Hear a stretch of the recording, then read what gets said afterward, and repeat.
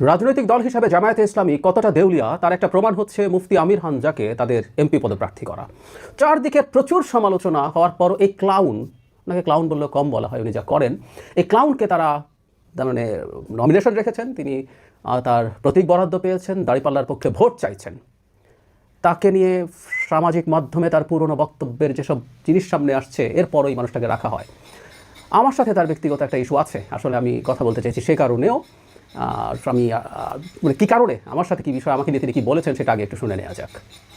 Doctor Zahidur Rahman নাকি একজন নাম, এই লোকটা চেহারার দিকে তাকালে আমার মনে হয় একটা টাটকা নির্ভেজাল শয়তান। বলছে বাংলাদেশ জামাত ইসলামী যদি মুক্তিযুদ্ধও হইতো আমি তাদের সাপোর্ট করতাম না, কারণ তারা ইসলাম নিয়ে রাজনীতি করে। এ কথা যে লোকটা বলে তার ইমান থাকার কথা।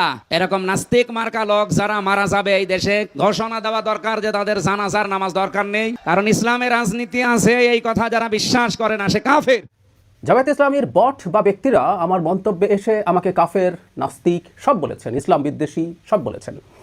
কিন্তু তাদের একজন আলোচক, একজন হঠাৎ করে নাজেল হওয়া ব্যারিস্টার আমাকে অন রেকর্ড নাস্তিক বলেছেন। আর ইনি তো দলের পদে থাকা এবং মনোনয়ন পাওয়া একজন মানুষ। আমার অপরাধটা কি? অপরাধটার কথা আমি আবার একটু বয়ান করি, উনি এই জায়গায় খুব ক্লিয়ার করেননি। আমি বলেছিলাম ইয়াস, জামায়াতে ইসলামে যদি মুক্তিযুদ্ধের সময় তার কোনো অপরাধ নাও থাকতো, তারপরও জামায়াতে ইসলামের রাজনীতি আমি সমর্থন করতাম না। এটা জামায়াতে ইসলামী না, ইসলামকে নিয়ে ইসলামের নামে যারা রাজনীতি করেন কারো রাজনীতি আমি সমর্থন করি না। এবং এটা যে শুধুমাত্র ইসলাম মোটেও ব্যাপারটা তা না, any form of identity politics, সেটা হিন্দুত্ববাদের নামে হোক, সেটা হোয়াইট সুপ্রিমেসির নামে হোক, সেটা বাঙালিত্বের নামে হোক, আমি বহুবার এই কথাগুলো বলেছি। আমার অবস্থান সঠিক কি বলি যে ডিফারেন্ট ডিবেট, আপনি আমার কথা মানতে হবে তাও প্রয়োজন নাই। কিন্তু এই যে আমি বলছি যে মূলত জামায়াতে ইসলামীকে আনার কারণ, এখন জামায়াতে ইসলামীকে আমরা আনবো কারণ বাংলাদেশে ইসলাম নামে রাজনীতি যারা করে তাদের মধ্যে জামায়াতে ইসলামী সবচেয়ে বড় দল এবং এই মুহূর্তে তারা রাজনীতির মাঠে দ্বিতীয় প্রধান শক্তি, অনেক পেছনে তারপরও দ্বিতীয়। সুতরাং বলাটা খুব অস্বাভাবিক আমার দিক থেকে ছিল বলে আমি মনে করি না। কিন্তু তার জবাব হচ্ছে আমি টাটকা শয়তানের মতো লাগে, আমাকে কবর দেওয়া যাবে না, মানে জানাজা কর দেওয়া যাবে না, ইত্যাদি ইত্যাদি ফতোয়া দিচ্ছেন।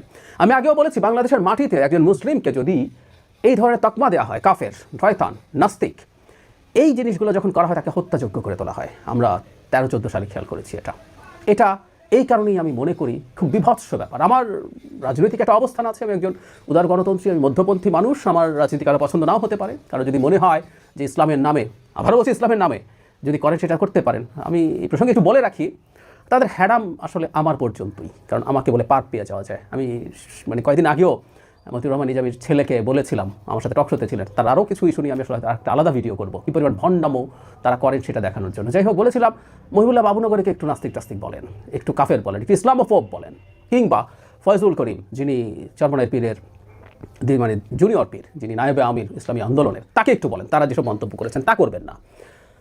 তো যে কথাটা বলছিলাম, আমি শুধু ইস্যু না, এর বাইরেও তিনি এই যে গুপ্ত সুপ্ত রাজনীতির যে আলাপ আসছে, প্রমাণ উনি, আমি আর দেখাতে যাচ্ছি না, আপনারা সবাই দেখেছেন কীভাবে নিজকে আওয়ামী লীগ প্রমাণের জন্য বসেছিলেন। মানে বাংলাদেশে আমি আওয়ামী লীগ বলা ছাড়া কি কেউ টিকে থাকতে পারে নাই? পেরেছে। এই কথাটাই বলছি। হ্যাঁ, জামাত বলা, শিবির বলা, ইভেন বিএনপি বলা তো বটেই ঝুঁকিপূর্ণ ছিল। এখন জামাত শিবির যদি ডিসাইড করে যে আমরা আপাতত আমরা একটু শান্ত থাকবো, তারপরে আওয়ামী লীগ প্রমাণ করতে হয় না। যেমন ছাত্র শিবির ছাত্রলীগের দলে ভিড়ে গিয়েছিল, তার সেরকম ভিডিও আছে, সিনেমার নায়িকা নিয়ে কথা আছে, একটা ভার্সিটি নিয়ে মিথ্যে কথা আছে। এমনকি সম্প্রতি একটা ভিডিও সামনে আসলো, জনাব আরাফাত রহমান কোকোকে উনি কুকুর বলছেন, উনি ক্ষমা চেয়েছেন, দেখেছি। কিন্তু একটা মানুষ এই কথা বলতেই পারে বলে আমি মনে করি না, একজন মানুষ সম্পর্কে যিনি মারা গেছেন বেশ আগে, অত্যাচারিত হয়ে। মানে ক্ষমা চাওয়াই কি যথেষ্ট? একটা মানুষের রুচি কোন পর্যায়ের যে তিনি এই কথাগুলো বলতে পারেন?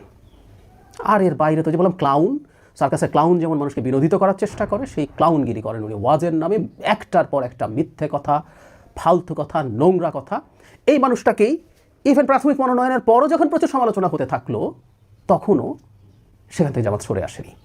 আমি আশা করি বাংলাদেশে যারা সচেতন নাগরিক আছেন, বাংলাদেশে যারা বিদেশি মিশন আছে, তারা প্রত্যেকে এই ব্যাপারগুলো খেয়াল করছেন, জামায়াত আসলে কাকে মনোনয়ন দেয়। আমি প্রায় একটা কথা বলি যে আমরা জামাতের কাছ থেকে অনেক বেশি সততা আশা করি, জনগণ হিসাবে বলছি, যে কোনো একজন ভোটার হিসাবে চাওয়া উচিত। বিএনপি তার সততাকে ইউএসপি করেনি, বিএনপি বলেনি আমরা সত্যকে শাসন চাই। সো যে দলটা সত্যকে শাসন চাই স্লোগান দেয়, সেই লোকটাই এরকম গার্বেজ, এরকম ক্লাউন, এরকম একটা অসৎ আপাদমস্তক মিথ্যুক মানুষকে যখন মনোনয়ন দেয়, তখন বুঝতে হয় দলটা কতটা দেউলিয়া। অনেকে হয়তো মনে করবেন, ভেবেছিলেন যেটা এরকম হওয়ার কথা ছিল না, আমি হওয়ার কথা ছিল বলেই মনে করি। জামায়াতে ইসলামী যে মুখোশ পরে মানুষের সামনে আসার চেষ্টা করে, প্রায় তারা বলার চেষ্টা করে যে তাদের নিচু পর্যায়ে বা অনেকের উপর নিয়ন্ত্রণে তারা এগুলো করছেন, কিন্তু এই মনোনয়নের মাধ্যমে তারা প্রমাণ করলেন তারা সর্বোচ্চ পর্যায়ে কী করতে যাচ্ছেন, কী করেন। আমি জামাতকে, শিবিরকে অনেক আগে দেখেছি, চিনি, তাই তাদের সম্পর্কে আমার খুব স্পষ্ট ধারণা আছে। আমি আশা করি যারা ভোটার আছেন তারা এই ভণ্ডামি, এই দ্বিচারিতা, এই দলটির সেই ব্যাপারে তাদের খেয়াল রাখবেন।